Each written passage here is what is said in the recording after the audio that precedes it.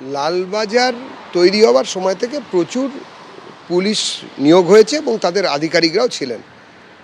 এরকম অস্বাভাবিক বাড়াবাড়ি রকমের হঠাৎ আঙুল ফুলে কলা গাছ খুব কম লোকেরই হয়েছে। কেন হয়েছে, কিভাবে হয়েছে, সেটা উনি ভালো বলতে পারবেন, আয়কর দপ্তর ভালো বলতে পারবেন। এগুলো নিয়ে তো আমাদের গবেষণা করার সময় নেই। সত্যিই তো প্রতীক জৈনের বাড়িতে গেলেন, আর এর বাড়িতে গেলেন না বাঙালি বলে। হ্যাঁ, আপনি প্রতীক জৈনের বাড়িতে সকালবেলা গিয়ে হাজির হয়ে গেলেন, লোকটা অবাঙালি, আর বাংলাকে বাঁচাতে চাই, বাঙালি মেয়ে, বাংলার মেয়ে, আরেকজন বাঙালি বিপদে পড়েছে, তিনি আপনাকে বাঁচাতেন। যান, শুধু বিবৃতি না দিয়ে বাঙালি হয়ে বাঙালির পাশে দাঁড়ান, ছিনতাই করে নিয়ে আসুন। যেসব ডকুমেন্ট নিচ্ছে আইটির লোকেরা, আসলে আর পারবেন না। সুপ্রিম কোর্ট তো বলে দিয়েছে না, কার্যত এটা চুরি নয়, ছিনতাই হয়েছিল, ডাকাতির মতন। দেখা যাক এবারে একটু নাড়ু করে পাঠাবো। যারা বিজেপি পক্ষ, তৃণমূলের বাড়ি রেড হবে, বিজেপির কেন হবে না? সবচেয়ে বড় চোর তো গদ্দার, তার বাড়ি রেড হবে না কেন? তার ভাইয়ের বাড়ি রেড হবে না কেন? তার বাবার বাড়ি রেড হবে না কেন? তার বাড়িগুলো রেড হবে না কেন? চালাকির দ্বারা কোনো মহৎ কার্য সম্পূর্ণ হয় না। ধর্মের কল বাতাসে নড়ে, এটা মাথায় রাখবেন। লালবাজার তৈরি হওয়ার সময় থেকে প্রচুর পুলিশ নিয়োগ হয়েছে এবং তাদের আধিকারিকরাও ছিলেন। এরকম অস্বাভাবিক বাড়াবাড়ি রকমের হঠাৎ আঙুল ফুলে কলা গাছ খুব কম লোকেরই হয়েছে। কেন হয়েছে, কিভাবে হয়েছে, সেটা উনি ভালো বলতে পারবেন, আয়কর দপ্তর ভালো বলতে পারবেন। এগুলো নিয়ে তো আমাদের গবেষণা করার সময় নেই। সত্যিই তো প্রতীক জৈনের বাড়িতে গেলেন, আর এর বাড়িতে গেলেন না বাঙালি বলে। হ্যাঁ, আপনি প্রতীক জৈনের বাড়িতে সকালবেলা গিয়ে হাজির হয়ে গেলেন, লোকটা অবাঙালি, আর বাংলাকে বাঁচাতে চাই, বাঙালি মেয়ে, বাংলার মেয়ে, আরেকজন বাঙালি বিপদে পড়েছে, তিনি আপনাকে বাঁচাতেন। যান, শুধু বিবৃতি না দিয়ে বাঙালি হয়ে বাঙালির পাশে দাঁড়ান, ছিনতাই করে নিয়ে আসুন। যেসব ডকুমেন্ট নিচ্ছে আইটির লোকেরা, আসলে আর পারবেন না। সুপ্রিম কোর্ট তো বলে দিয়েছে না, কার্যত এটা চুরি নয়, ছিনতাই হয়েছিল, ডাকাতির মতন। দেখা যাক এবারে কি হয়।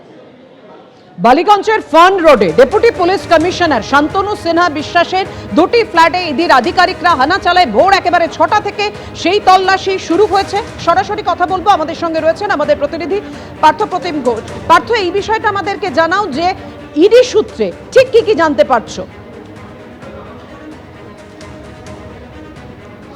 দেখো, ইডি সূত্রে যে বিষয়টা জানা যাচ্ছে সেটা হচ্ছে একেবারে এপ্রিলের গোড়ায় তুমি দেখেছিলে সোনা পাপ্পু, যার বাড়িতে কিন্তু তল্লাশি অভিযান হয়, তার বাড়িতে তল্লাশি অভিযানের পাশাপাশি কিন্তু আরেকজনের নাম উঠে আসে, সেটা হচ্ছে জয় কামদার।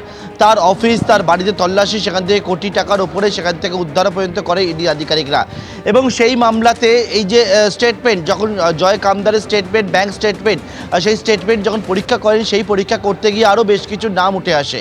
এবং সেই নামের পরিপ্রেক্ষিতে কিন্তু এবং সোনা পাপ্পুর যে মামলা ছিল, অর্থাৎ এই বেআইনিভাবে জমি দখল করা এবং বেআইনিভাবে সেই জমির চরিত্র বদলে দিয়ে একেবারে সেখানে প্রমোটিং করা, এবং মূলত সেখান থেকে যে টাকা, অর্থাৎ অবৈধভাবে যে টাকা, সেই টাকা বিভিন্ন জায়গায় সেখানে পাঠিয়ে দেওয়া, এই রকম একাধিক বিষয়ে নাম চলে আসে হচ্ছে জয় কামদারের। জয় কামদারের ভূমিকা সেই ক্ষেত্রে ইডি আধিকারিক যখন খতিয়ে দেখার কাজ শুরু করেন, সেখান থেকেই নাম উঠে শান্তনু সিনহা বিশ্বাসের, অর্থাৎ শান্তনু সিনহা বিশ্বাস, যিনি ডেপুটি কমিশনার স্পেশাল ব্রাঞ্চের, তার নাম উঠে আসে।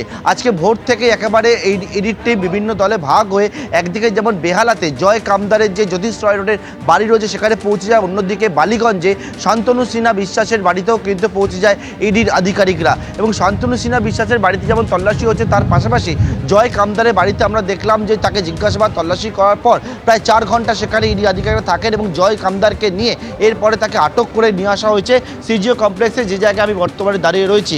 এবং সেখানেও সকাল 11:30 নাগাদ তাকে নিয়ে আসা হয়। 11:30 থেকে এখন প্রায় 5.5 ঘন্টা হয়ে গেছে।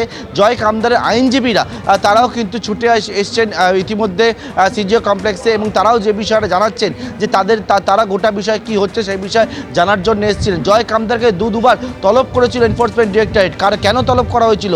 কারণ হচ্ছে এই যে টাকার লেনদেন সংক্রান্ত বিষয়, সেই বিষয়ে কিন্তু বিস্তারিত জানার জন্য তাকে জিজ্ঞাসাবাদের প্রয়োজন ছিল, কিন্তু সেই জিজ্ঞাসাবাদে সহযোগিতা করেনি এবং তার জন্য আজকে তার বাড়িতে হানা হলো এবং তার পরবর্তীতে তাকে আটক করে বর্তমানে জিজ্ঞাসাবাদ চলছে সিজিও কমপ্লেক্সে। ধন্যবাদ পার্থ। এবিপি আনন্দ, এগিয়ে থাকে, এগিয়ে রাখে।